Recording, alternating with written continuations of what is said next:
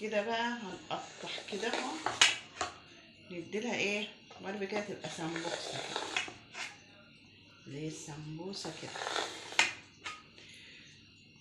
هوريهالكوا بقى.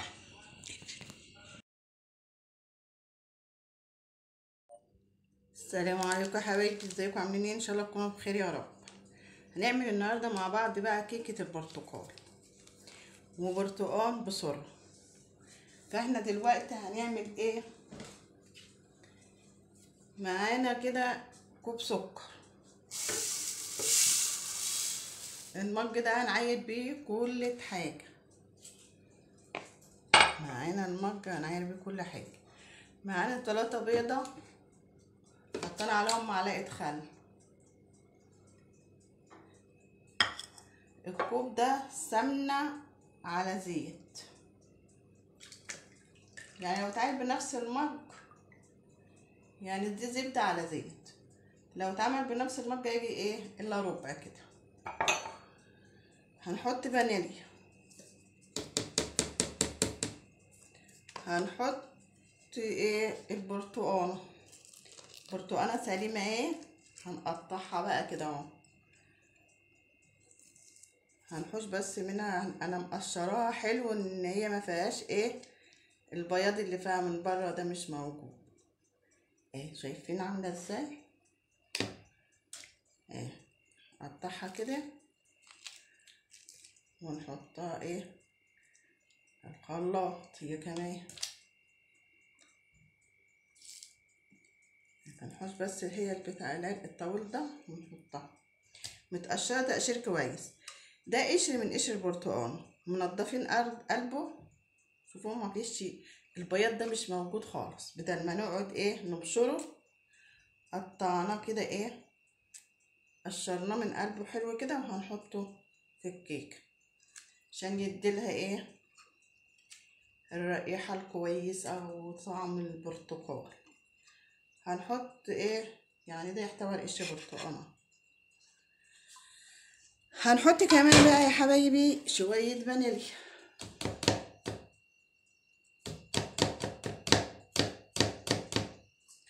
كده حطينا كل الحاجات السايله في الخلاط كده، الخلاط اتحط فيه كل السوائل. هنحط بقى هنا مجان برضو مليانين جامد دقيق زي ما كان مليان في السكر كده 2، وعليهم معلقتين 2 نشا. وهنحط نص الكيس بيكنج باودر، نصه ونصه هيك شيف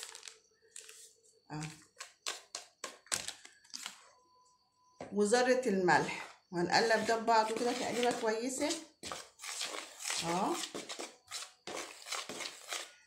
وكده. المواد الجافه خلصت. هنعمل ايه بقى؟ هنضرب الحاجه دي بقى عشان صوت الخلاط. احنا هنحط بقى ضربنا ضربه اهو. هنحط ايه نص كوب ميه سخنه مش سخنه قوي، يعني انك تعرفي تستحملي صباعك فيها كده.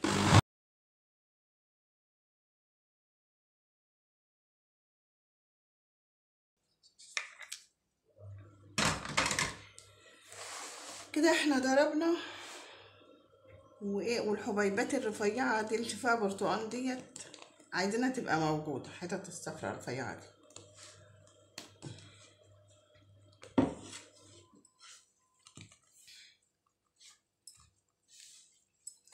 حبه الميه السخنين دول يا جماعه بيسهلوا ان ايه ان الدقيق يتضرب بسرعه كده، ما يبقاش ما يزغدلش وما يبقاش ناشف. يعني دول بيسهلوا بقى انك انت لما تضرب الكيكه كده ما شاء الله تتضرب بسرعه.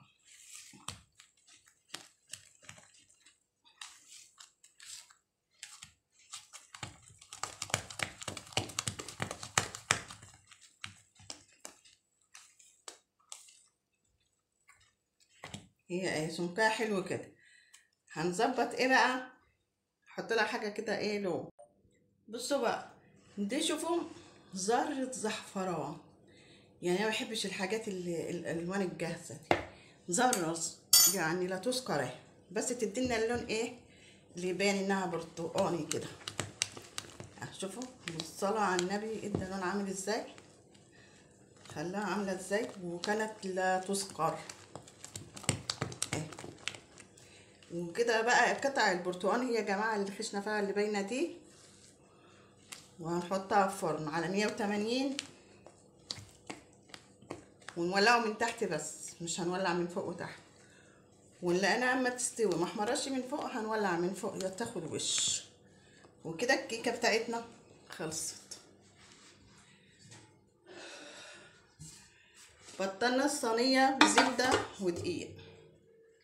الصينيه دي يا جماعه يعني كبيره جدا، حوالي يعني الجيل هيجي 40. فانا بحب الكيكه خفيفه كده، انها ما تبقاش تخينه ومليانه كده. فالمعيار ده لو اتحط في صينيه 25 او 30 هيبقى عالي جدا. احنا بنحبها سمكها هادي كده خفيفه، عشان لما تاكلبها شاي ولا حاجه كده. وكده ظبطنا الفرن وولعنا الفرن بقاله ب5 دقايق مش اكتر من كده، وهنحطها تستوي واوريها لكم ان شاء الله حلوه وزي الفل.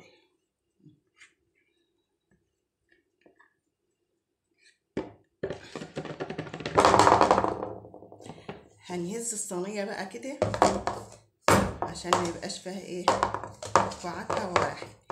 وكده شوفوا بقى بالصلاه على النبي، شوفوا بقى بالصلاه على النبي، اللهم صل على النبي. جميله هندفع عليها بقى ونوريها لكم ما تهدى شويه. هنطلع لكم بقى حته من الكيكه نوريكم جمالها بقى.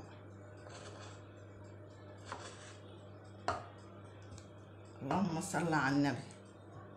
شوفوا بقى اللي كنا بنقول رقيقه وهتبقى رقيقه خالص، يعني دي لو اتحطت في صينيه صغيره شويه كانت هتبقى علو كده. شايفين علو وبالصلاه على النبي شوفوا يعني هشه جدا جميله فعلا، جميله جدا. بألف هنا للي هياكلوها، واعملوا لنا لايك وشير، فعلوا الجرس عشان يوصلكم كل جديد نعمله. وشفتوا جميله بجد، جميله جدا بجد، وطعم البرتقال فبقى روعه روعه. الى اللقاء لفيديو قادم.